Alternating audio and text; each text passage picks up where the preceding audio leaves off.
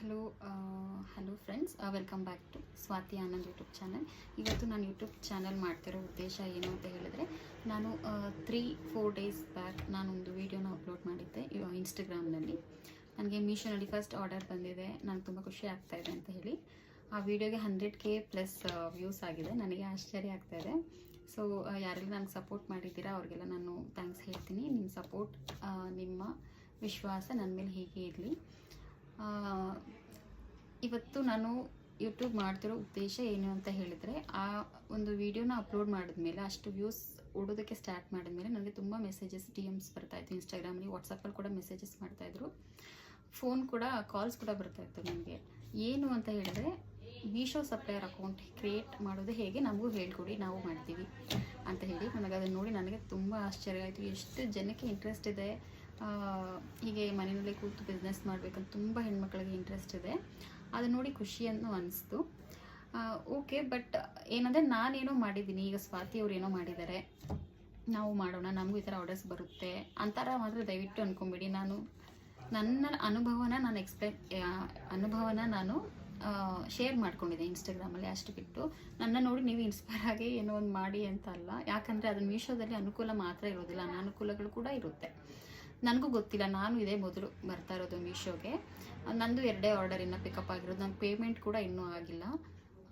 ನನಗೂ ಇನ್ನು ಅದ್ರ ಬಗ್ಗೆ ಸರಿಯಾಗಿ ಅನುಭವ ಇಲ್ಲ, ಎಕ್ಸ್ಪೀರಿಯನ್ಸ್ ಕಡಿಮೆ ಇದೆ. ಹೋಗ್ತಾ ಹೋಗ್ತಾ ನನಗೂ ಎಕ್ಸ್ಪೀರಿಯನ್ಸ್ ಆಗುತ್ತೆ. ನನಗೆ ಏನೆಲ್ಲ ಇನ್ಫಾರ್ಮೇಷನ್ ಸಿಗುತ್ತೆ ಅದನ್ನೆಲ್ಲದನ್ನು ನಾನು ನಿಮ್ಮ ಹತ್ರ ಶೇರ್ ಮಾಡ್ತಾ ಇರ್ತೀನಿ ಪ್ರತಿದಿನ ಇನ್ಮೇಲೆ. ಅದಕ್ಕೆ ಹೇಳ್ತಾ ಇದ್ದೀನಿ, ಹುಷಾರಾಗಿ ತಿಳ್ಕೊಂಡು ತುಂಬ ಚೆನ್ನಾಗಿ ಯೋಚನೆ ಮಾಡಿ ನೀವು ಸಪ್ಲೈಯರ್ ಅಕೌಂಟ್ನ ಕ್ರಿಯೇಟ್ ಮಾಡ್ಕೊಳ್ಳಿ. ಇವ್ರು ಹೇಳಿದ್ರು ಅಂತೇಳಿ ನಾಳೆ ನನಗೆ ನನ್ನ ಮೇಲೆ ಹಾಕಬೇಡಿ ದಯವಿಟ್ಟು. ಓಕೆ, ನಾನು ಇವತ್ತು ಸಪ್ಲೈಯರ್ ಪ್ಯಾನೆಲ್ ಹೇಗೆ ಓಪನ್ ಮಾಡೋದು ಅನ್ನೋದನ್ನು ಹೇಳ್ಕೊಡ್ತೇನೆ. ಇನ್ನೊಂದು ಒಂದು ಪೇಪರು, ಈ ಥರ ಒಂದು ಪೇಪರ್, ಒಂದು ಪೆನ್ ಇಟ್ಕೊಳ್ಳಿ. ಯಾಕಂದರೆ ನಾನು ಏನಾದರೂ ಹೇಳ್ಕೊಡುವಾಗ ನಿಮಗೆ ನಿಧಾನಕ್ಕೆ ನಿಮ್ಗೆ ಹೇಗೆ ಅರ್ಥ ಆಗೋದು ಹಾಗೆ ಒಂದು ಆರೋ ಮಾರ್ಕ್ ಹಾಕಿ ಸ್ಟೆಪ್ಸ್ ಎಲ್ಲ ಬರೆದಿಟ್ಕೊಂಡ್ಬಿಟ್ರೆ ನೆಕ್ಸ್ಟ್ ನೀವು ಕ್ರಿಯೇಟ್ ಮಾಡುವಾಗ ನಿಮ್ಗೆ ಈಸಿನ ಆಗ್ಬೋದು. ಇಲ್ಲ ನಾನು ಯೂಟ್ಯೂಬ್ನ ನೋಡ್ತಾ ನೀವು ಪಾಸ್ ಮಾಡಿ ನೀವು ಕ್ರಿಯೇಟ್ ಮಾಡ್ತಾ ಹೋಗ್ಬೋದು. Okay, come let start. ಪ್ಲೇಸ್ಟೋರ್ಗೆ ಹೋಗ್ಬಿಟ್ಟು ಈ ರೀತಿ ನೀವು ಸರ್ಚಲ್ಲಿ ಹೋಗ್ಬಿಟ್ಟು ಮೀಶೋ ಅಂತ ಹೇಳಿ ಡೌನ್ಲೋಡ್ ಮಾಡ್ಕೊಳ್ಳಿ. ಡೌನ್ಲೋಡ್ ನಂದು ಆಲ್ರೆಡಿ ಇದೆ, ಸೊ ಅದು ಓಪನ್ ಅಂತ ತೋರಿಸ್ತಾ ಇದೆ. ನಿಮ್ಗೆ ಇಲ್ಲಾಂದರೆ ಇನ್ಸ್ಟಾಲ್ ಅಂತ ಬರುತ್ತೆ, ಸೊ ಅದ್ರ ಮೇಲೆ ನೀವು ಇನ್ಸ್ಟಾಲ್ ಮಾಡಬೇಕು. ಸೊ ನಂದು ಆಲ್ರೆಡಿ ಇದೆ, ಓಪನ್ ಆಗಿದೆ. ಸೊ ಇಲ್ಲಿ ಕೆಳಗಡೆಯಿಂದ ಮೇಲೆ ಸ್ಕ್ರಾಲ್ ಮಾಡಿದ್ರೆ ನಿಮಗೆ ಬಿಕಮ್ ಅ ಸಪ್ಲೈಯರ್ ಅಂತ ಕೇಳುತ್ತೆ. ಇದ್ರ ಮೇಲೆ ಕ್ಲಿಕ್ ಮಾಡಿ. ಕ್ಲಿಕ್ ಮಾಡಿದ್ಮೇಲೆ yes, enter your GST and sell anywhere easily ಅಂತ ಬರ್ತಾ ಇದೆ. ಅದು ನಮಗೆ ಬೇಡ, ನಮಗೆ ಬೇಕಾಗಿರೋದು no worry not, you can sell without GST. ನಮ್ಮ ಹತ್ರ GST ಇಲ್ಲ, ಸೊ ಅದಕ್ಕೆ ನಾನು ಇವಾಗ ಇದನ್ನು ಕ್ಲಿಕ್ ಮಾಡ್ತಾ ಇದ್ದೀನಿ. ಪ್ರೊಸೀಡ್ ಟು ಆ್ಯಡ್ ಡೀಟೇಲ್ಸ್ ಅಂತ ಬರ್ತದೆ.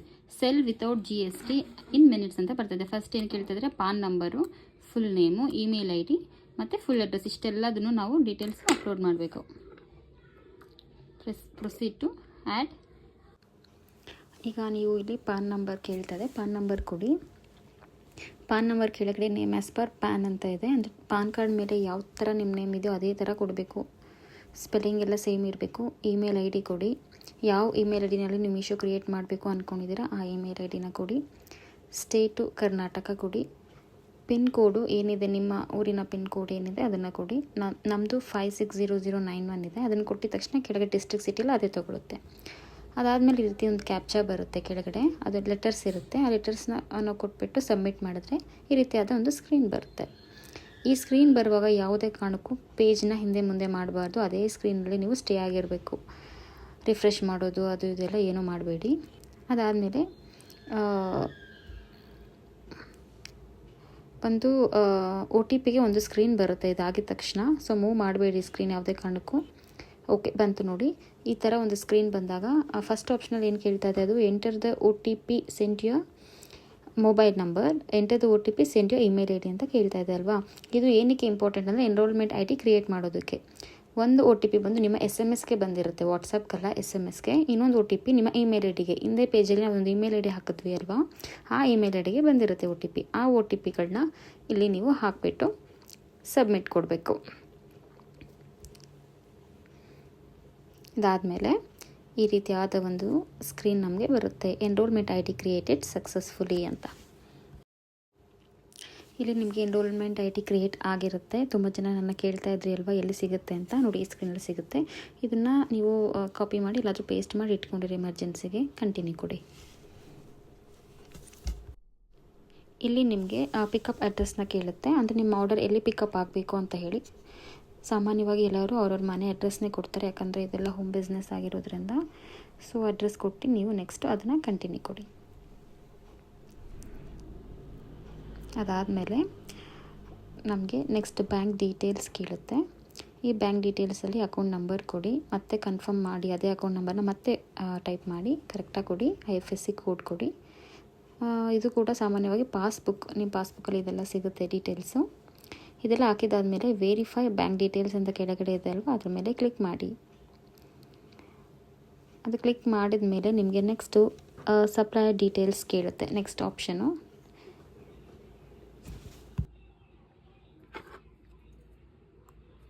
ಇಲ್ಲಿಂದ ನಿಮ್ಮ ಸ್ಟೋರ್ ನೇಮ್ ಏನಿದೆ, ಬಿಸ್ನೆಸ್ ನೇಮ್ ಏನಿದೆ ಅದನ್ನು ಕೊಡ್ಬೋದು ನೀವು. ಇದಾದಮೇಲೆ ನಿಮ್ಮ ಫುಲ್ ಹೆಸರು ಕೊಡಿ, ನಿಮ್ಮ ಇಮೇಲ್ IDಯಲ್ಲಿ ಕೊಡಬೇಕು ಅಷ್ಟೇ.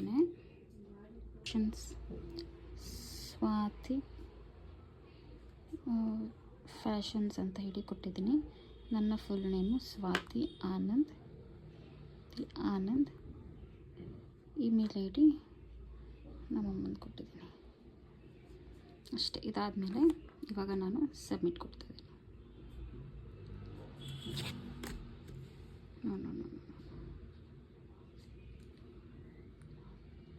ಓಕೆ, ಸ್ವಾತಿ ಜೆಂಟ್ಸ್ ಅಂತ ಕೊಡ್ತೀನಿ. ಸ್ವಾತಿ ಫ್ಯಾಷನ್ಸ್ ಅಂತ ಕೊಟ್ಟೆ, ಅದು ತಗೊಳ್ಳಿಲ್ಲ. ಸೊ ಈಗ ನಾನು ಸ್ವಾತಿ ಟ್ರೆಂಡ್ಸ್ ಅಂತ ಕೊಡೋಕ್ಕೆ ಟ್ರೈ ಮಾಡ್ತೀನಿ. ಟ್ರೆಂಡ್ಸ್ ಅಂತ ಕೊಟ್ಟಿದ್ದೀನಿ, ನೋಡೋಣ. ಸಬ್ಮಿಟ್ ಕೊಡ್ತೀನಿ. ಯಾಕೆ ತೊಗೊತಾ ಇಲ್ಲ ಅಂದರೆ ಸ್ವಾತಿ ಫ್ಯಾಷನ್ಸ್ ಅಂತ ಬೇರೆ ಯಾರೋ ಹೆಸರಿಟ್ಟಿದ್ದಾರೆ ಆಲ್ರೆಡಿ, ಅದಕ್ಕೆ. ಆನಂದ್ ಫ್ಯಾಷನ್ ಹಬ್ ಫ್ಯಾಷನ್ ಅಂತ ಕೊಡ್ತೀನಿ. ನೋಡೋಣ ಇವಾಗ ತಗೊಳುತ್ತೆ. ಆಗಿದೆ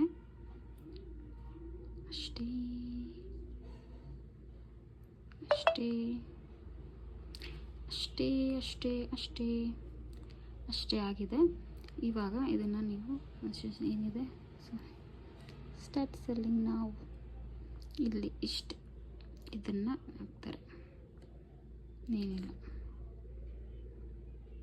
ನಾವಿನ್ನು ಹಾಕಿದ್ರೆ ಅಲ್ವಾ ಅಡ್ರೆಸ್ ಬರೋಕ್ಕೆ.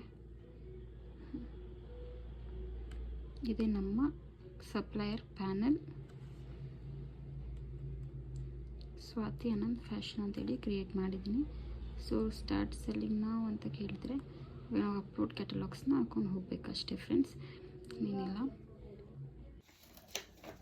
ನೋಡಿದ್ರಲ್ವಾ, ಅರ್ಥ ಆಗಿದೆ ಅಂತ ತಿಳ್ಕೊತೀನಿ. ಇಷ್ಟೆಲ್ಲ ಹೇಳಿದ ಮೇಲೆ ತುಂಬ ಡೌಟ್ಸ್ ಬರುತ್ತೆ, ಗೊತ್ತಿದೆ ನನಗೆ. ಕೆಲವರಿಗೆ ಇಮೇಲ್ ID ತಗೊಳ್ಳಲ್ಲ, ಕೆಲವರಿಗೆ ಎನ್ರೋಲ್ಮೆಂಟ್ ID ಸಿಗ್ತಾ ಇರಲ್ಲ ಅಲ್ವಾ. ಏನೇನು ಡೌಟ್ಸ್ ಇದೆ, ಏನೇ ಡೌಟ್ಸ್ ಇದೆ ನನಗೆ ಕಮೆಂಟ್ ಸೆಕ್ಷನಲ್ಲಿ ಕಮೆಂಟ್ ಹಾಕಿ. ಮತ್ತು ನಾನು ಯೂಟ್ಯೂಬ್ ಚಾನಲ್ನ ಸಬ್ಸ್ಕ್ರೈಬ್ ಮಾಡೋದನ್ನ ದಯವಿಟ್ಟು ಮರಿಬೇಡಿ. ಸಬ್ಸ್ಕ್ರೈಬ್ ಮಾಡಿ, ಲೈಕ್ ಮಾಡಿ, ನಿಮ್ಮ ಫ್ರೆಂಡ್ಸ್ಗೂ ಶೇರ್ ಮಾಡಿ. ಓಕೆ, ಇನ್ನು ಮುಂದಿನ ವೀಡಿಯೋಗಳಲ್ಲಿ ನನಗೆ ಸಾಧ್ಯ ಆದಂಥ ಇನ್ಫಾರ್ಮೇಷನ್, ನನಗೆ ಗೊತ್ತಿರೋ ಇನ್ಫಾರ್ಮೇಷನ್ಸ್ನ ನಾನು ನಿಮ್ಮ ಹತ್ರ ಶೇರ್ ಮಾಡ್ತಾ ಇರ್ತೀನಿ. ಮೀಶೋದಲ್ಲಿ ನನಗಾಗೋ ಅನುಭವಗಳನ್ನ ಕೂಡ ನಾನು ಶೇರ್ ಮಾಡ್ತಾ ಇರ್ತೀನಿ. ಓಕೆ, ಅಲ್ಲಿ ತನಕ ಬಾಯ್.